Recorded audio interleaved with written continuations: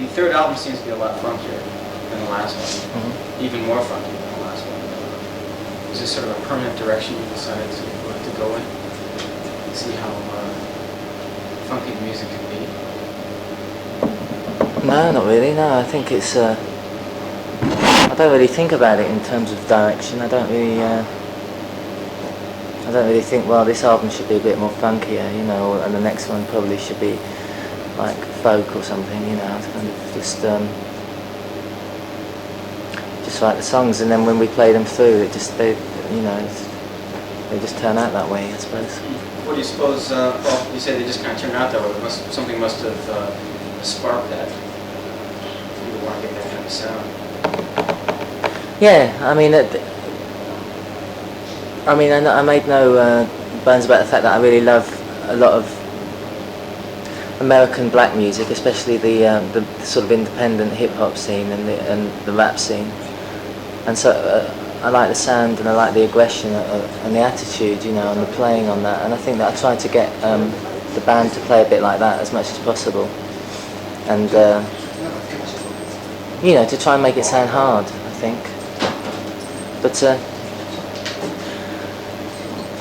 it's pretty funky, I suppose. Yeah. I suppose it's it's danceable. That's really whereas before they wouldn't have been. Do you find yourself satisfied with the way it turns out, though? Because I mean, obviously you listen to a lot of the stuff from the States, and then you're in the studio making your own album. Yeah. And when it's finished, you listen to it and you think, well, it's danceable, but somehow it's not quite the same, or maybe you think it's different, but it has something that that American stuff lacks. Well, I don't know. I don't judge it anymore. I stopped analysing it and judging it a long time ago. Is that right? Yeah. Just kind of make it and leave it at that. No, I don't leave it at that. I'm responsible for it after that, but I don't analyse it while I'm doing it and say, oh fuck, this isn't as hip as it should be, or it's not this and that, you know.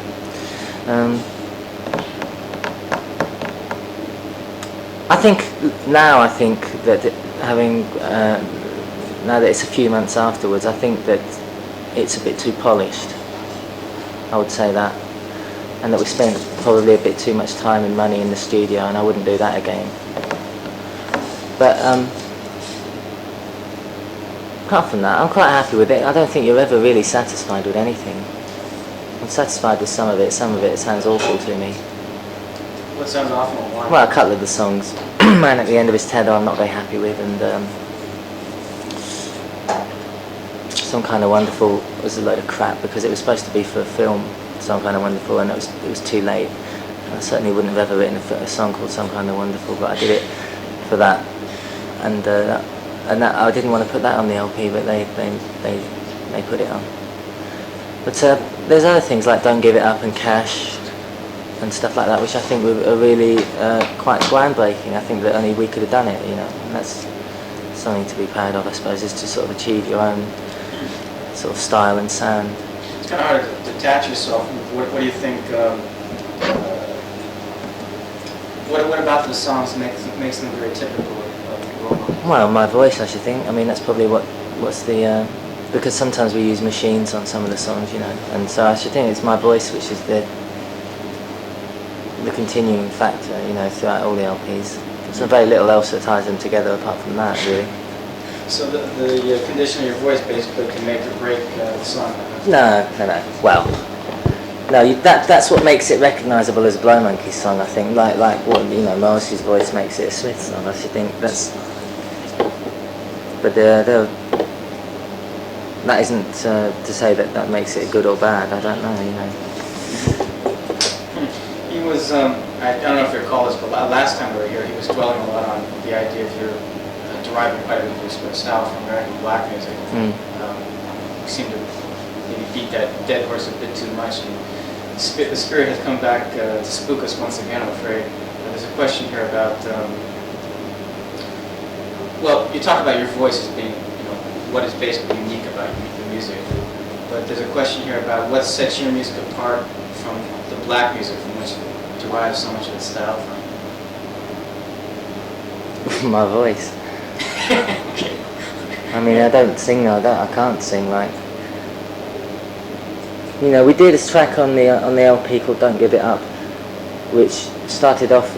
I mean, it could have been a conventional rap song, but it would have been ridiculous for me to attempt to rap. Really? Well, I think so. Yeah.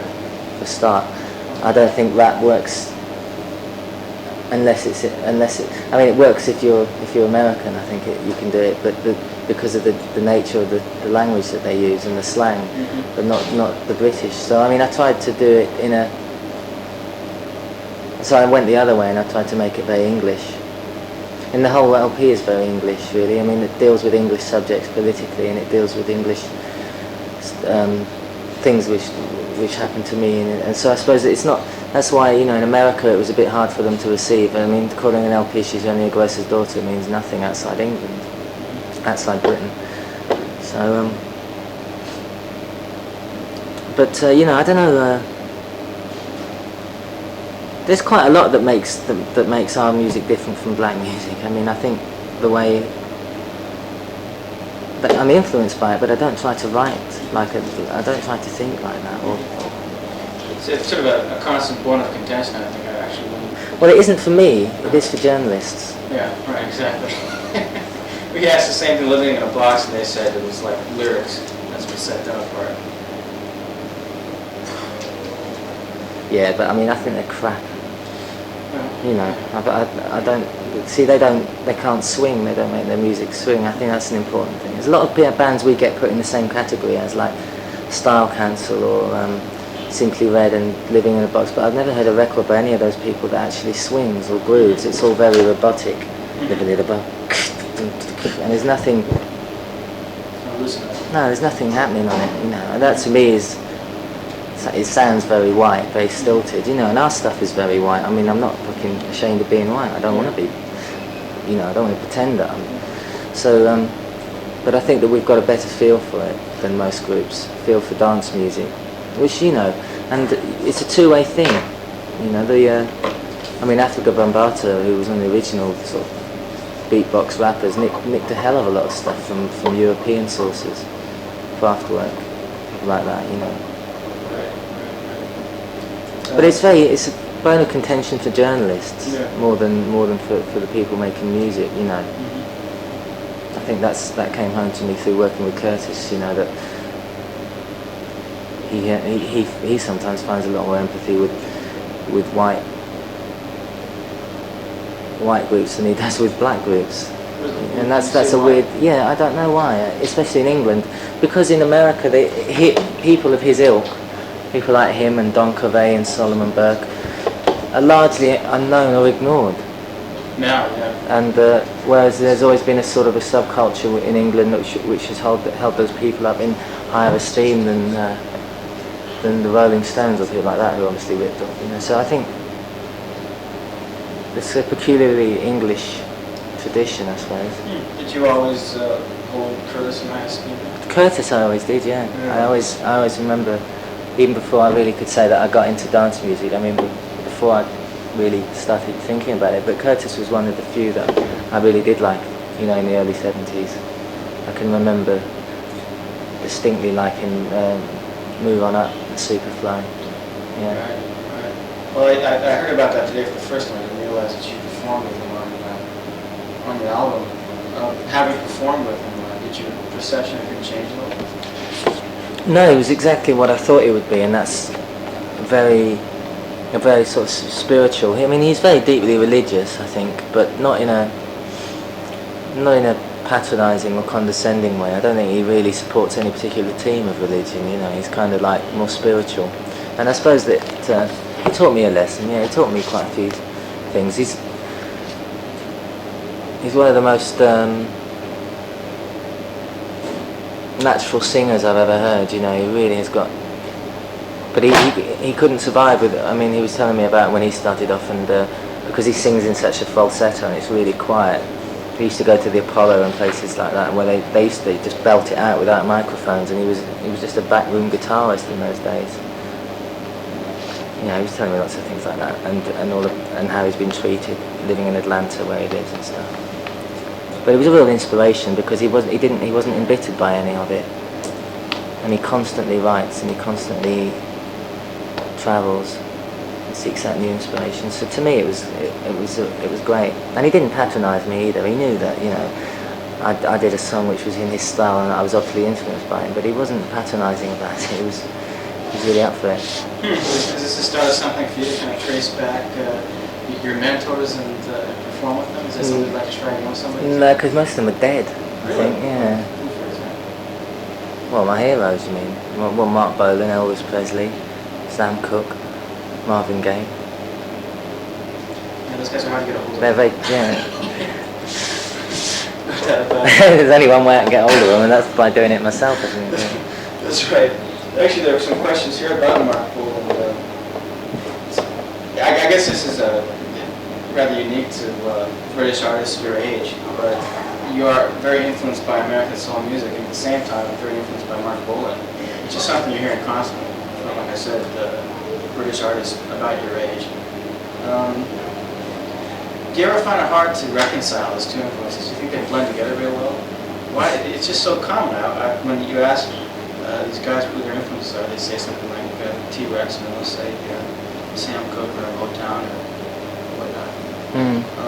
How are these two styles reconciled? I don't know really. I suppose because when people of my age who were teenagers or very young in the early 70s were, you know, he was the main man around that time, I suppose. Really, in England, it was peculiar to England, but a very powerful performer, and it was like almost like the Elvis Presley, little Elvis Presley of our generation. So he opened up my eyes not only to music but to life in a way, because he seemed to be reveling in it. He seemed to have a real power and a real enthusiasm, and that makes a lasting impression on you, no matter who you are, if you see somebody like that. And so it's not purely a musical thing, although I like his music very much. It's more than that, I think, with him. It was kind of like he was kind of like saying, well, life doesn't have to be like, you know, this dull all the time. And it was like, I'd never really seen that before. It was new to me. I'm sure that he got it from Elvis Presley in his time, you know, and stuff. I'm very up for people who despite circumstances don't become cynical, and that's very hard to do in this fucking thing, you know. And he seemed to be like that. It's not difficult to reconcile, really, if you don't really. I don't find it difficult to reconcile because I like them, and that's good enough for me. How was he different from, say, a Bowie or a Bryan Ferry? Well, because I think he was more natural. See, I thought David Bowie was too, I wouldn't say manufactured, because I don't think anybody manufactured him, but he was terribly cool, terribly distant, and Bryan Ferry was terribly art school, and Mark Bolan was more like, kind of like possessed of sort of an animal grace of some sort. It was really different and very childlike, but not childish. You know, his music was very childlike. I know about 3 chords, and some of his lyrics were truly awful, in a good way, you know. Enjoyable trash. Metal guru. I mean, that's. Well, it meant something to somebody, I guess. Being a record collector and owning a vast collection of records, you're obviously influenced by more than one style. And he mentioned that on the first album especially, he would jump pretty nimbly from one style to the next. Yeah. Is that something you think you got over? Do you think you kind of found your own niche now? I think I found my own style as a songwriter. Yeah. I think. But I deliberately tried to stay into a certain framework on the last LP, because it's been a constant criticism of us that you can't, that we were too diverse. Not that bothered me, but I wanted to make an LP which had a bit more cohesion, you know.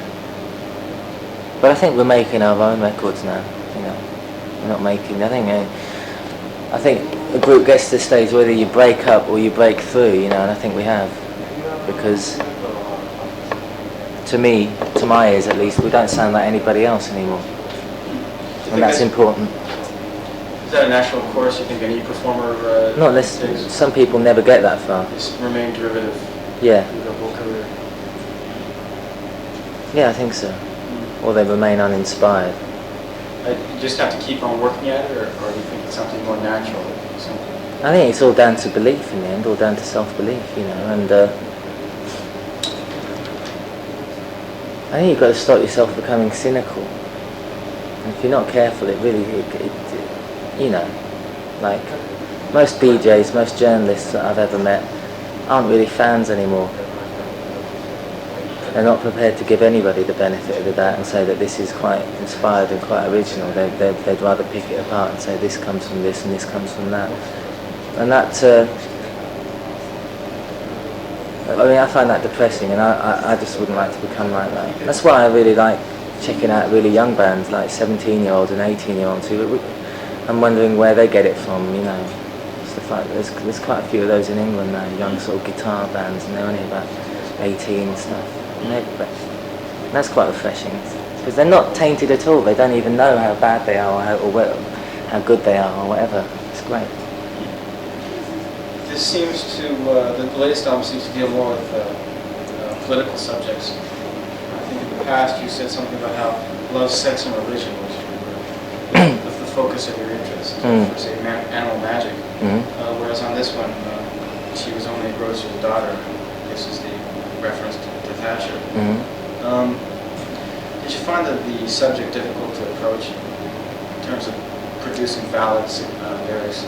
Yeah, because I think unless you're very careful, you end up sounding like the Clash or the Alarm or something like that, which is like slogans put to chords, you know. And I think that first and foremost, you have to write good songs. You have to have good melody, and you have to have a good beat, and that was what came first in my mind, not really what the lyrics, because there's nothing really, there's nothing heavy lyrically on it, you know, in a political sense. There's no sort of deep symbolism. It's all pretty much straightforward, which is what I like as well. I'm not a big fan of, you know, symbolism. I'd rather listen to Ian Dury than Bob Dylan, you know. So I like it for that. It kind of changed the perception of the group a bit. And I couldn't go on just thinking that religion, love and sex was all there was to life either, because I realised that through personal experience and through living in England and through my own sort of awareness of political things, that there was more to it than that, and that I had to get involved rather than to, you know, ignore it just because I'm a pop star, because pop stars or musicians aren't intrinsically special people or different people anyway, and we're just as much a part of society as anyone else. And just because I may earn more money than somebody who's a nurse or something like that doesn't necessarily mean that I can't hold a certain political view, which I hold. And it makes it difficult in England. I mean, we had records banned and we've had all sorts of shit, really. It's easier to be Gary Newman than it is to do, you know, and to say that you're, you know, a big fan of the Thatcher ethic, which I'm not. And it was my own awareness of that led to me writing stuff like that. And I'm still doing that. I mean, I think I'm into some sort of thing now where I'll carry on doing it for a while. Was there a turning point when you decided now's the time maybe to approach the subject? Was there any one incident in your life that changed it? Yeah, I think so, because there's a thing in England called Red Wedge, which was a loose conglomerate of musicians, including people like Paul Weller and Billy Bragg and the Communards and people. And we did a tour with them because I had what I thought at that time were vague sympathies with what they stood for, and I realised as we went through that I actually felt very strongly about it, and that it was something I wanted to get involved in. So I started, I helped set up a music co-op in Scotland and some studios in Liverpool for people. We did some concerts to raise some money to run those studios and fund them. And the more I got involved, and the more I realised that the only way to achieve anything was to act, you know, and not just sit back and theorise. So the more I realised that the more and more I started writing in that vein. I think it was a realisation that I am a political animal and I'm not just a sort of fey celebral pop star, as people thought I was before. How about the lyrics you wrote? Did they successfully, did they turn out the way you wanted them to turn out? You want to get away from the slow linearity of the other groups. Do you think you successfully provided an alternative?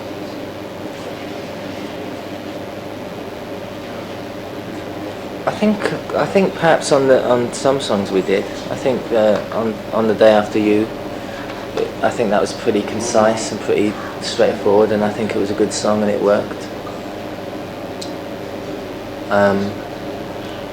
Checking Out, I think, was particularly good. Have you heard the LP? No, I haven't listened to this. No, well. This is the man here who's providing the question. I think I did, and then I think on some others they didn't work quite as well. How Long Can a Bad Thing Last perhaps wasn't quite as good. And sometimes it's a bit vague. I'd like to make it more straightforward. It's a very difficult thing to do though. It's very, without it becoming cringeworthy. You know what I mean? There's a fine line. Yeah, I suppose it is rather difficult to make political lyrics that sound actually moving. Yeah, I suppose so. But if I didn't think they were, I wouldn't put them on the record. I think that's.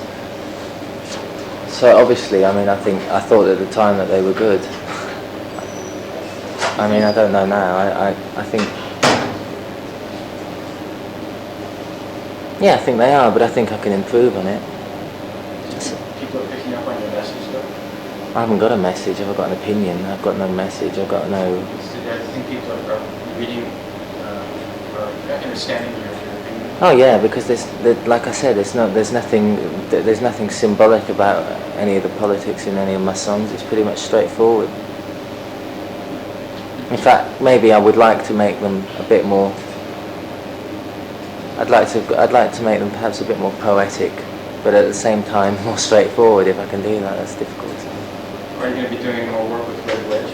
Yeah, Red Wedge is more important than ever because it seems to me that Thatcher's brief in England is to completely eradicate what's left of any sort of socialist or left-wing groups. The Labour Party in England is pretty much in a bad way, and it thinks that the only way it's going to get out of that is to become more centre, which I think is wrong because they already are. It will become like America then. But there's very little alternative where you've got basically two right-wing parties. And I think that people like Red Wedge provide a shot in the arm for people like the Labour Party because it makes them realise that young people are involved and they do care about it, and they don't particularly like the way that the Labour Party are going in England. So people like Red Wedge, if they gave up now, they'd be just they'd be playing into the hands of, they'd be doing exactly what Thatcher wants. And I'm not pretending that Red Wedge is particularly powerful, but during the election it got a hell of a lot of coverage, and it shocked the Labour Party, I think, because they made them realise that it was quite important. I like it, Red Wedge, because it's the first time in England anyway that musicians have got together and actually, instead of sort of sitting in the mud and saying let's have a revolution and dropping acid, they're actually getting involved in doing things. And it's a realistic thing, and I like it. Take a very serious stand when it comes to the music. You want music that's good lyrics, music that makes you move, and also you take a political stance as well. Do you ever get criticized for using your looks at all, the way you look, to sell yourself or create an image? Or do you think you do consciously or subconsciously? I think I could probably do get. I think people find it difficult to equate socialism with Gaultier suits. Yeah. Gaultier suits. Okay, so The guy who made them. Okay. Yeah. But do you think consciously or subconsciously you ever attempt to capitalize on your looks, in terms of furthering yourself, furthering your career? Oh yeah. It just comes with the territory. But that doesn't worry me. No, not at all.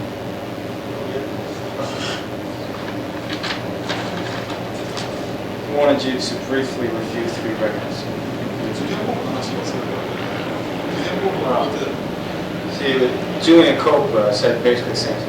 He talked to Julian Cope, and Julian Cope was saying, absolutely, I do everything I can to use my looks to help sell myself.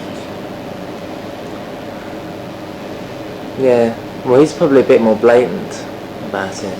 Yeah, that's what he said basically. Very blatant about it. Well, he has to, because I think he has to do that more than I do, because he doesn't sell many records. I mean, I know he made a big effort to do that in England, like with his last thing. There were big posters of him. He was kind of like this and stuff. He didn't used to be like that in The Teardrop Explodes. He was different then.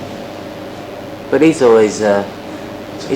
good value, you know. He's a good fan. I think that's what he tried to do. I don't really think I do that. No, I don't do it to that degree. But I enjoy dressing up and I enjoy looking good. If I look good, sometimes I look awful, you know. So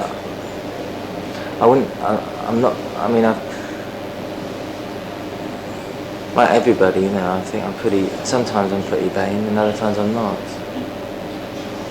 So 3 records here. Not bad, like LL Cool J. I must admit I've only heard it once. What did you think? I can't pass judgment because I can't remember. Strange Ways Here We Come, Smith. I've only heard that once as well. That only just came out. Sounded alright. Sounded a bit stale. Sounded like they were running out of the puff with the formula to me. And sometimes his lyrics were really, really awful, and sometimes were really good. But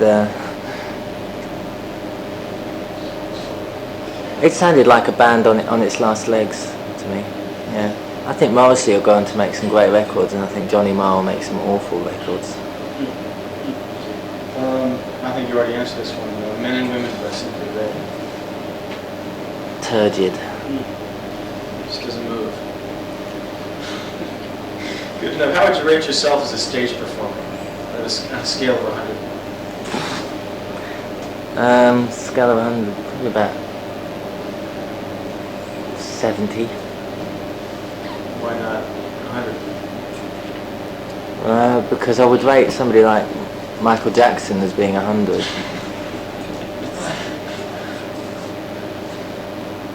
Mind you, I'd rate Van Morrison as being 100, and he doesn't move at all. But they've both been doing it a lot longer than I have. Is it a matter of presence? Yeah, in the end. Sometimes I have a lot of presence. Other times I think I'm really overrated, and so I just tend to I've never been I never worked at stagecraft really, so it's not really for me to judge. But I wouldn't say I'm in any way. It has to do with that presence and that thing, you know.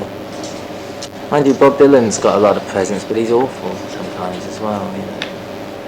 I'd say about 70. I'd say it's getting better.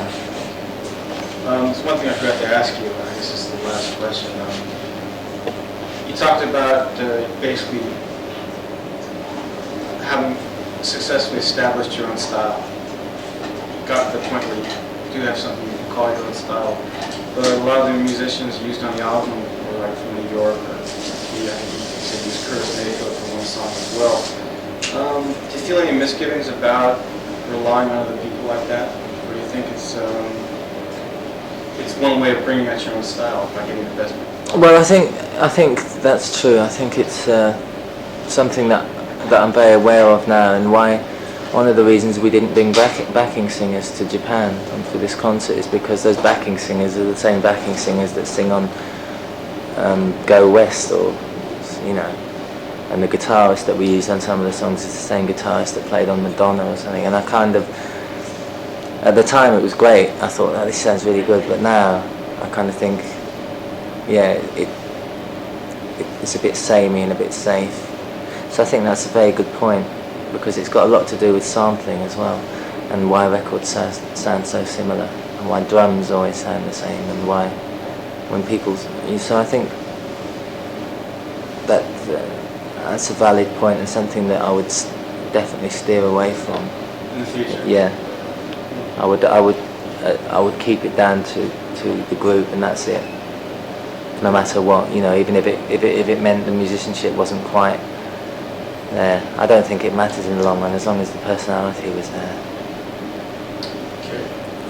ちょっとこれ一つ聞いてほしいんですけど、そのポップミュージックがね、若者に及ぼす影響力っていうことについて聞きたいんですけど、すごくそれをね、子供たちがこう受け取るからという考え込んでしまうか、それとも子供たちはそのいろんなアーティストを発したメッセージをね、取捨選択する能力を持っているんだから、もうそのいろんな人がいろんなことを言っても子供たちは安心なんだと。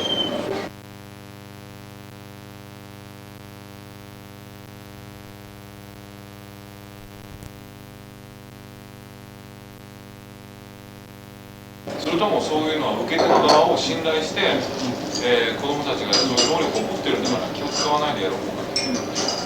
One question I wanted to ask you, when you're creating music, do you think about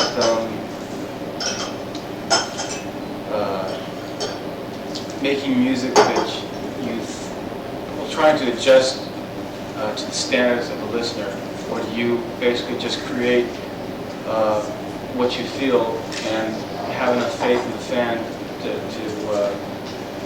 to be confident that he or she will understand what you're doing? Which do you tend to do? What do you mean? Is that do I please myself first, or do I make records for the audience? Yeah, right. I guess you can say, yeah, dude. Well, it's obvious. I mean, I think you have to please yourself first. I mean, you have to.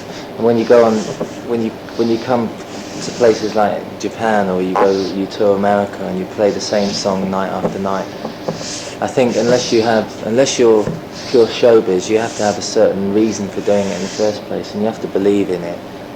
And I wouldn't be able to go around and do interviews and do tours if I was making what in the end was a consumer product that the consumer wanted. You know, I wouldn't be able to live with that. I might as well go and do something else. I could make a lot more money doing that in another business or something. You know, if that was my prime motive. And you basically have faith that the people listening to your music are going to pick up on what you're saying. If they get a chance to hear it. Yeah. Yes. Thanks a lot. Okay, thank you. Just want to take 写真をくれたりすごい座って。 Pictures now that you Yeah, sure. let you sit there.